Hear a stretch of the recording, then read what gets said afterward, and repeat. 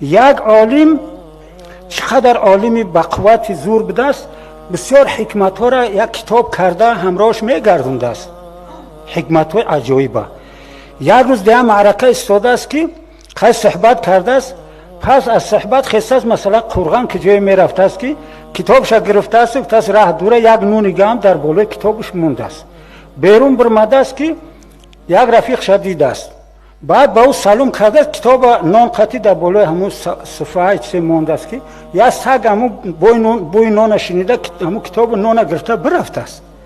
این عالم همه را مونده است، قفاش برای همون حکمت های کتابش دویده است قفای همون سگ. بعد هر که میبینه او را همه میشناسن، تقصیر چی گپ قفای سگ میدوی؟ او گپ نمیزنه، نمیدگن که کتاب عزیزش در ای جای. خلاصه افگار شد داره. بعد دیگرها گفتن که ما میریم همون نان تا میگیریم. نه خب ای گفت کتاب ای اوجا. در بازگشت او آدم ها از قفای سگ رفتن و ای بازگشت گشت که یک آدمی بزرگ داره. گفت حضرت چی گپ قد میدوی؟ گفت که آخی کتاب ما سگ بود. گفت حیف با او علمت که علم تا سگ بره.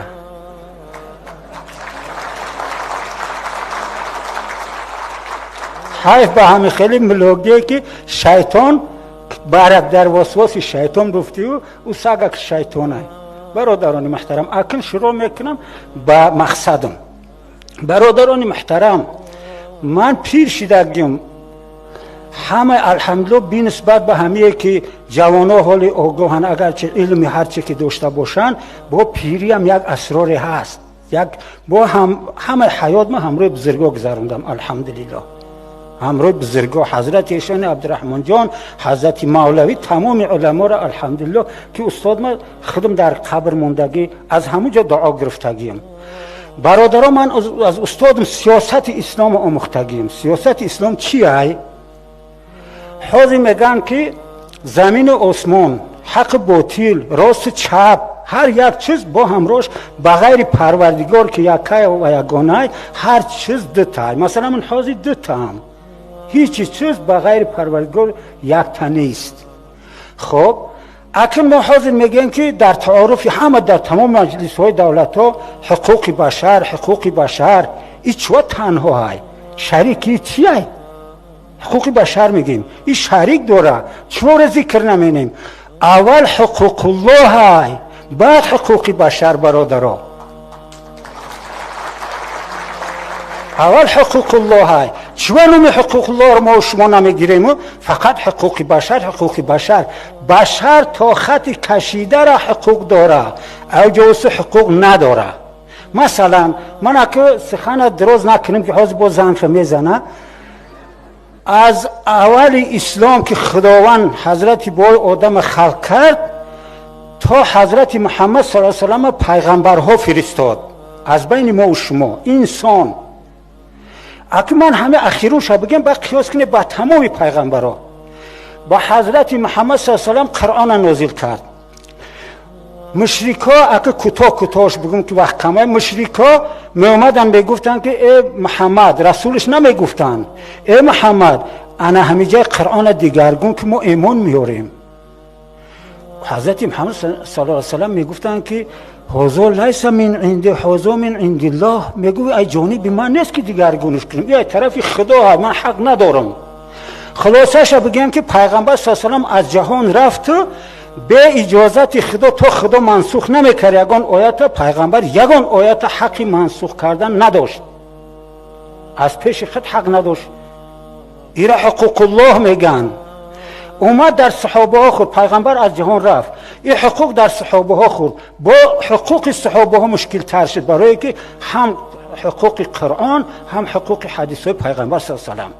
این با یه مشکل همین تا خلاصش بگم که آمد حاضر در پادشاهی خوردگه او حقوق.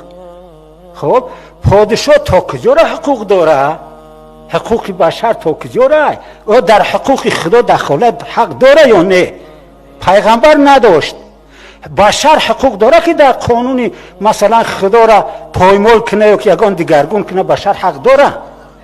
نداره حق. ای بی کیه برادرها؟ ما اهل اسلامیم، 90 چند درجه همه تاجیکستان با زبان خود گفته ایستادیم که ما الحمدلله مسلمانیم. خب چی باید کرد؟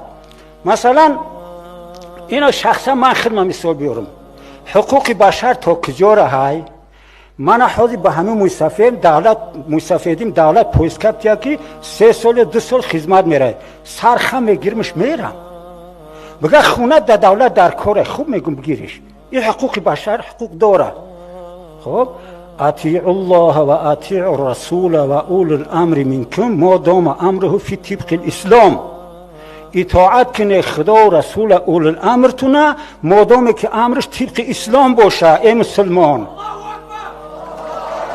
طبق اسلام وقتی که طبق اسلام نیست امر مومنه کدم اطاعت کنه مشرک میشوه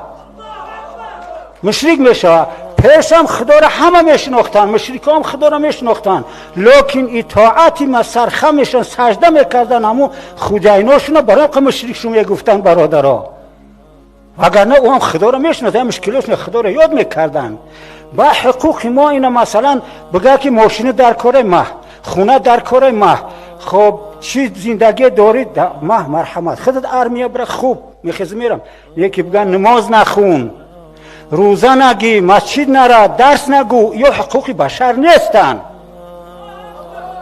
خب یک تا مثلا حاضی من مستفیدم یک خوجین یک سنگ یک تانه را بگه همین را بردار اخم زورم نرسه ایدارم کنه و بعد بزنم در همین دوبین کم بزنه که تشورنم اخی زورم نمیرسه ای مسلمانو من از زن و فرزند خونه و در زندگی و همانده اسلام با من دوست نزدیکی حاضر مثلا همه چیز ما بگیره برای که نگه همین مردک دروغ میگه یا که درویه برای همه چیز ما بگیره من روزی پروا ندارم یکی در مقابل اسلامم انا همه جا شهادت در همه جا توغری میگیره نه برای یک کس وظیفه‌ش گرفتن نه برای یک کس دشمنی شخصی کردن یا نیستن ما و شما این فکر در وجود انشاءالله نیست در فکر نمیاریم ما بدبینیمو با خاطر هایی که دینمون ادش کرده مقابلتی که ایستادن ما مقابل دینمو مثلا که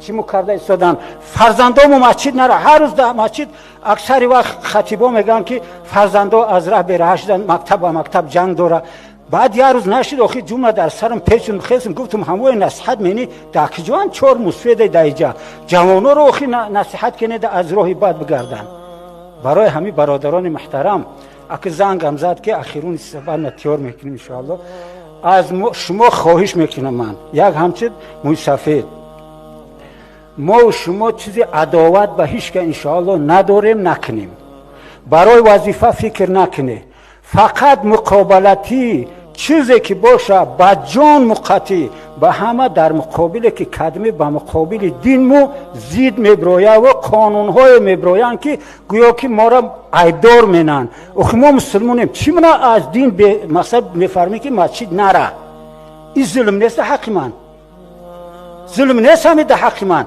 یا که همین خوندم درس نگو همه را همین ملاها با سر قدرت برآوردن باور منه که من یاد دارم که گهواره را با روسی علم گفتن سپیدتی بودش کمسمال بودش پیانیر این خیلی علم گفتن این قانون و این رسم رسوم ما ملاها در دست دادیم همه اینا را نداشتن با همین موقع عیب داریم السلام علیکم و رحمت الله و برکاته